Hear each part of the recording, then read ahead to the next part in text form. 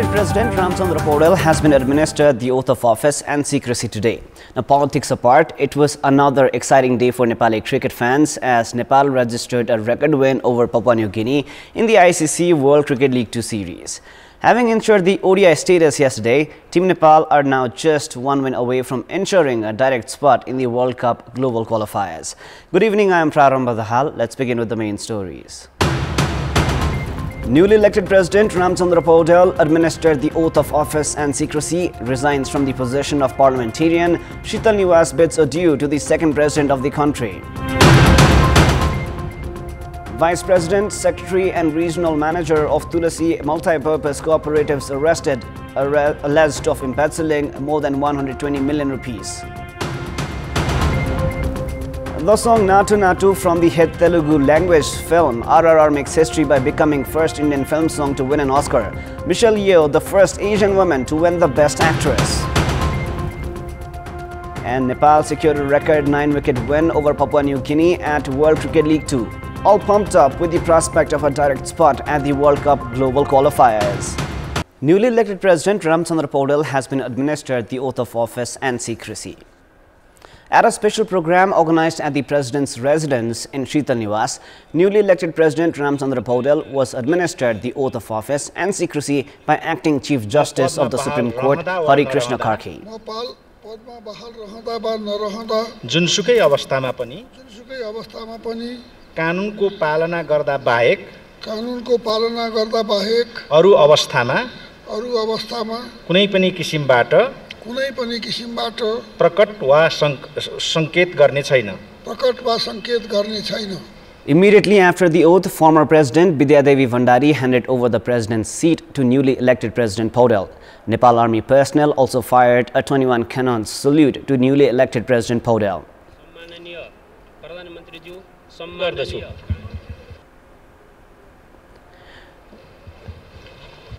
The third president of Republican Nepal, Paudel, had seen off candidate of CPN-UML Subhash Chandra Nembang on the March 9 election and has also assumed his office today. Meanwhile, former President Bidya Devi Bhandari has been bade a farewell from Sheetal Niwas today. Prime Minister Pushpakamal Dahal presented a gift to Bhandari during her farewell.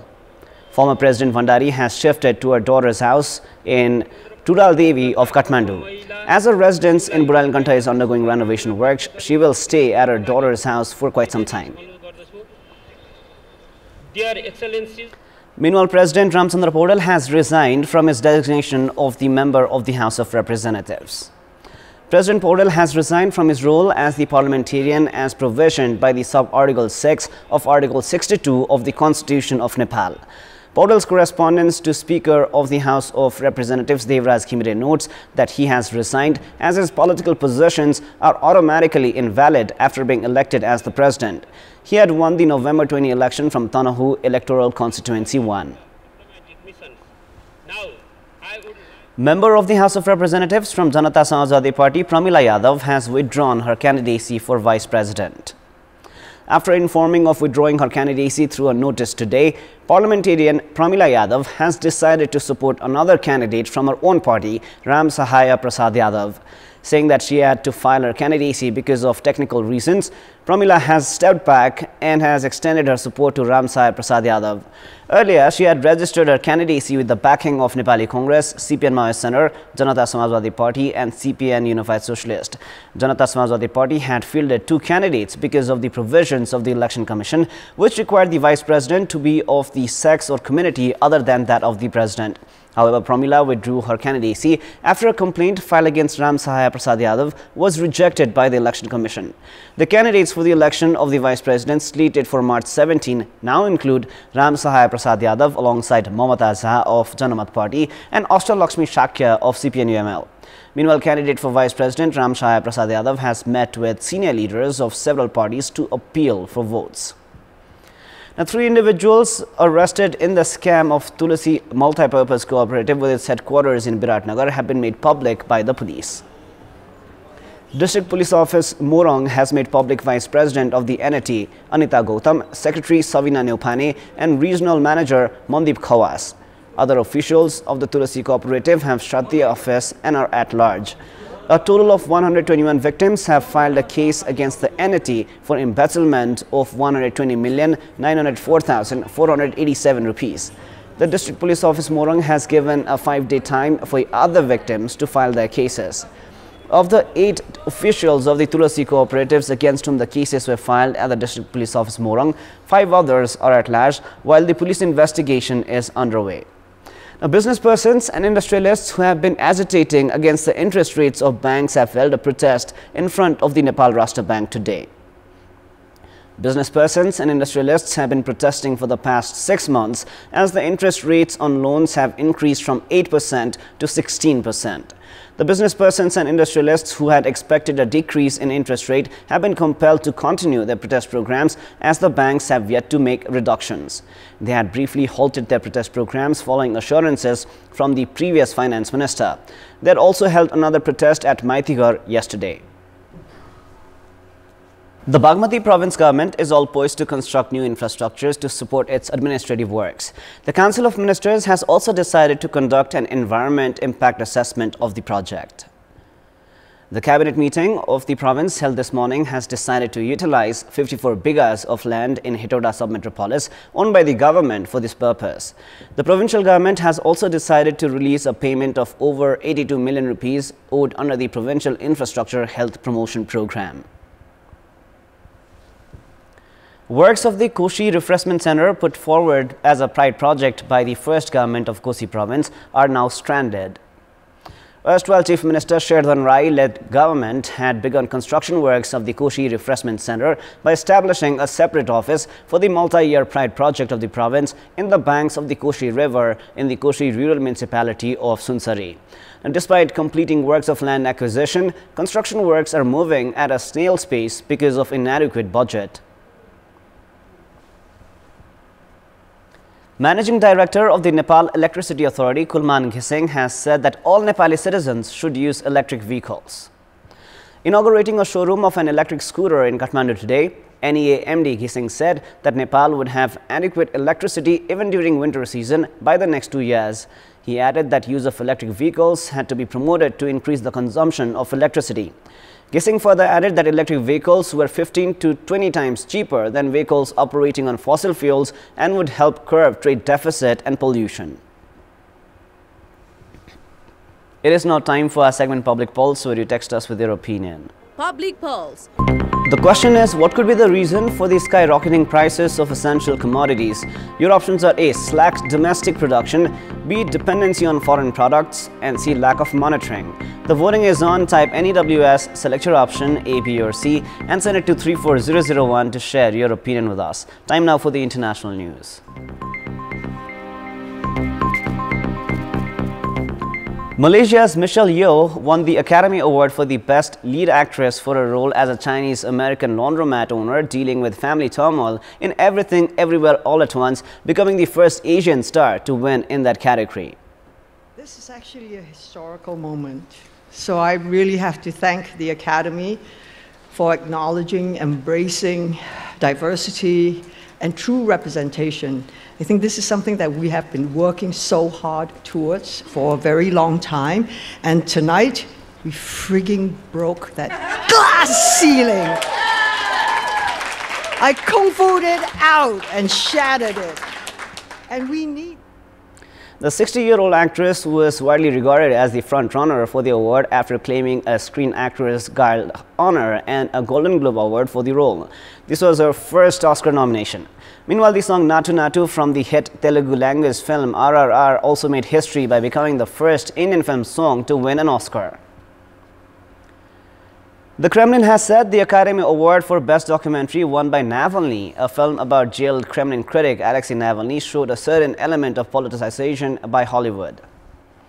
Navalny, which won the Academy Award for Best Feature Documentary, shows the Kremlin critic recovering in Germany from being poisoned with a nerve agent in Siberia in 2020 and working with the investigative news outlet Bellingcat to unmask those responsible. In the film, Navalny pinned responsibility for the poisoning episode on a team of agents from the FSB State Security Service. Russia denied attempting to kill him. Navalny has long been a thorn in the side of President Vladimir Putin, who takes care to avoid mentioning his name in public.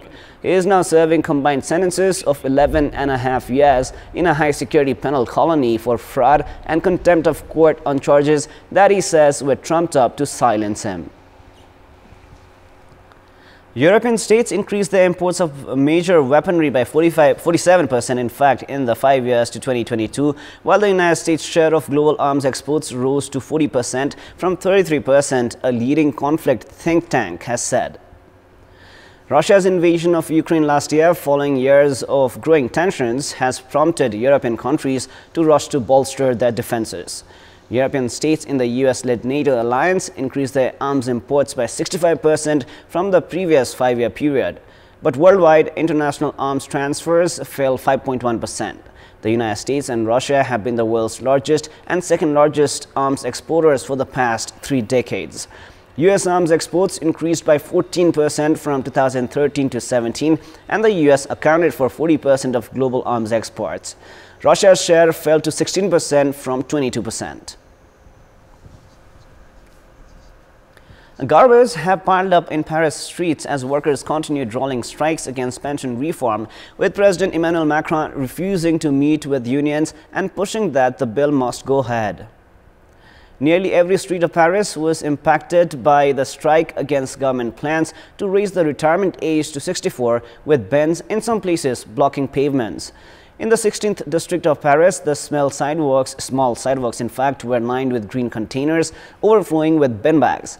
Despite the cold and wet weather, the smells were starting to bother the local residents. According to the Paris City Hall, on the 7th day of the garbage collectors' strike against pension reform, 5,400 tons of waste remained uncollected in the streets of the capital. As today, trash collector unions had set no date for a resumption of services. 2 Spanish engineers hope to put their country at the forefront of the space transport industry with the launch of what could be the first private reusable rocket from Western Europe later this year. The micro-launcher is as tall as a 3-story building, has a 100 kg cargo capacity, and can also be used to carry zero-gravity experiments. PLD Space aims to launch the rocket in Huelva in southern Spain, paving the way for commercial launches further down the road, but no date has been set. Unveiling the rocket at the launch site at a military base on Saturday, PLD Space's executive president Ezequiel Sanchez said it demonstrated Spain's technological leadership in Europe. Spain launched its own state space agency on March 7 amid a push by European countries to keep pace with global rivals. The Spanish space agency, based in the southern city of Seville, will in fact have a budget of $747 million in its first year. In November, European nations agreed to boost spending on space by 17% to keep on the heels of the United States and China. Spain's international position in the aerospace sector has been bolstered not only by increased public spending, but by the European Space Agency's recruitment of the first 2 Spanish astronauts in 30 years, Pablo Alvarez and Sara Garcia. Welcome back. It is now time for the sports news. Sports news. Nepal have secured a record 9-wicket win over Papua New Guinea at the ICC World Cricket League 2 series. Asif Sheikh scored a quick-fire half-century, while Sandeep Lamichhane picked 5 wickets to ensure Nepal's victory. With today's result, Nepal are just 1 win away from a direct spot for the World Cup global qualifiers.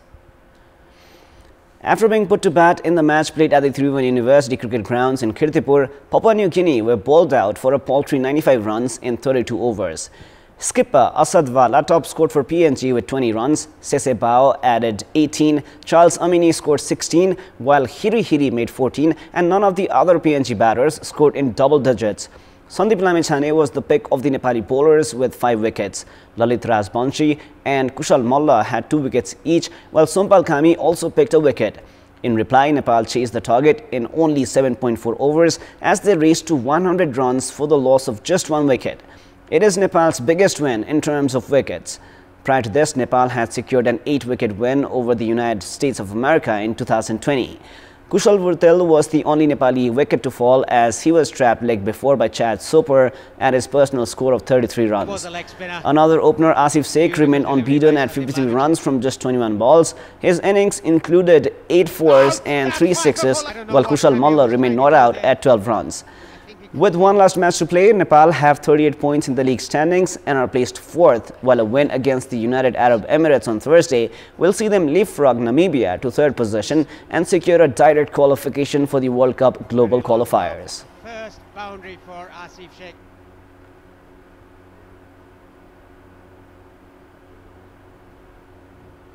Giving his team a great start in the chase. Shame he has. Nicely pulled away, down to long leg. Another bound. What a shot! Oh, it's hit the hand and went for a 6. I was going to say, I don't know if I've seen a more dominant dispo. Gary Lineker will return to present Match of the Day after he was taken off air following an impartiality row in which he criticized the government's new asylum policy. BBC Director General Tim Davie announced an independent review will be carried out on social media guidelines. Lineker said he backs the review and is looking forward to getting back on air. He said the last few days had been surreal and thanked people for the incredible support. Weekend football coverage across the BBC was disrupted due to walkouts triggered by Lineker's suspension. Last week, in a tweet, Lineker compared the language used to set out the government's asylum plan to that used by Germany in the 30s. His words about the government's new illegal migration bill were criticized by conservative ministers, including the Home Secretary. That is all for the moment. Our next English bulletin is at 10:30 p.m. Thank you for staying with us. Goodbye for now.